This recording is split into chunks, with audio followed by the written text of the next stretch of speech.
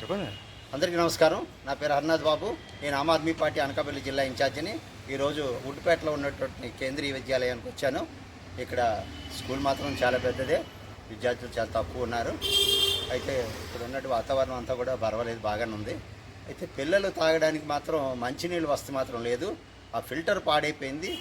దానివల్ల గత 3 నెలలుగా 4 నెలలుగానో ఈ ఫిల్టర్లు బాగు చేయక ప్రభుత్వం దానికి సంబంధించిన అధికారులు డిఈఓ గారు సరిగా పట్టించుకోకపోవడం వల్ల మినరల్ వాటర్ లేదు, మున్సిపాలిటీ వాటర్ తాగుతున్నారు. ఇదే కాదు, మన ఎంఎస్ స్కూల్లో కూడా వెళ్ళి చూడడానికి వెళ్ళాము. అక్కడ కూడా మున్సిపాలిటీ వాటర్లో వాటర్ తాగుతున్నారు. ఈ వర్షాకాలంలో మున్సిపాలిటీ వాటర్ తాగడం వల్ల వాటర్ కల్తీ అవుతుంది, వాటర్ క్లారిటీ ఉండదు.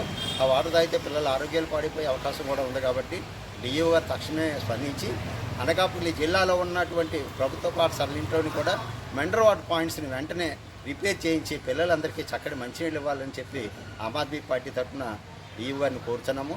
అయ్యా, అంతేకాదు కేంద్ర రాష్ట్ర ప్రభుత్వాలు మేము ఒక విషయం అడగాలనుకుంటున్నాము. ప్రభుత్వ పాఠశాలలు అంటే ఎందుకు మీకు అంత చిన్న చూపు? నాకు అర్థం కాని పరిస్థితి. ప్రధానమంత్రి నరేంద్ర మోడీ గారు ప్రభుత్వ పాఠశాలలో చదివి ప్రధానమంత్రి అయ్యారు. అమిత్ షా గారు ఈవేళ దేశానికి రక్షణ మంత్రి అయ్యారు, ఆయన కూడా ప్రభుత్వ పాఠశాలలో చదివారు. ఈవేళ సుప్రీంకోర్టులో ప్రధాన న్యాయమూర్తులందరూ కూడా ప్రభుత్వ పాఠశాలలో చదివారు. శాస్త్రవేత్తలు, సైన్సిస్టులు కూడా ప్రభుత్వ పాఠశాలలో చదివే ఆ స్థాయికి వెళ్ళారు. జడ్జీలు అయ్యారు. డాక్టర్స్ కూడా ప్రభుత్వ పాఠశాలలో చదివి డాక్టర్లు అయ్యారు. ఎంతోమంది ఈవేళ ప్రభుత్వాన్ని, దేశాన్ని నడిపించేదంతా కూడా గవర్నమెంట్ స్కూల్లో చదివిన వాళ్ళే.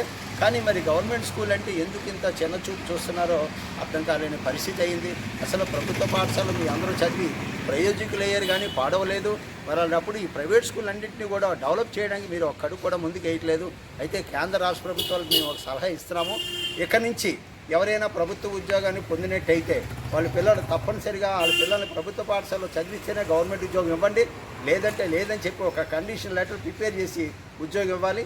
ఏ శాఖలోకి వాళ్ళు ఉద్యోగులు వెళ్ళినా, ప్రభుత్వ ఉద్యోగాలు వచ్చినా ఆ శాఖలో ఉన్నటువంటి కొత్తగా ఎవరైతే మనం ఉద్యోగం ఇస్తామో ఈ 2025 నుంచి ఆ సెక్షన్ ప్రకారంగా వాళ్ళ పిల్లలు, నాన్న మేము గవర్నమెంట్ ఉద్యోగం ఇస్తాం కానీ నీ పిల్లలు ప్రభుత్వ పాఠశాలలో చదివితేనే పొందుతాను, లేదన్నది లేదని చెప్పి చట్టం తేవాలి.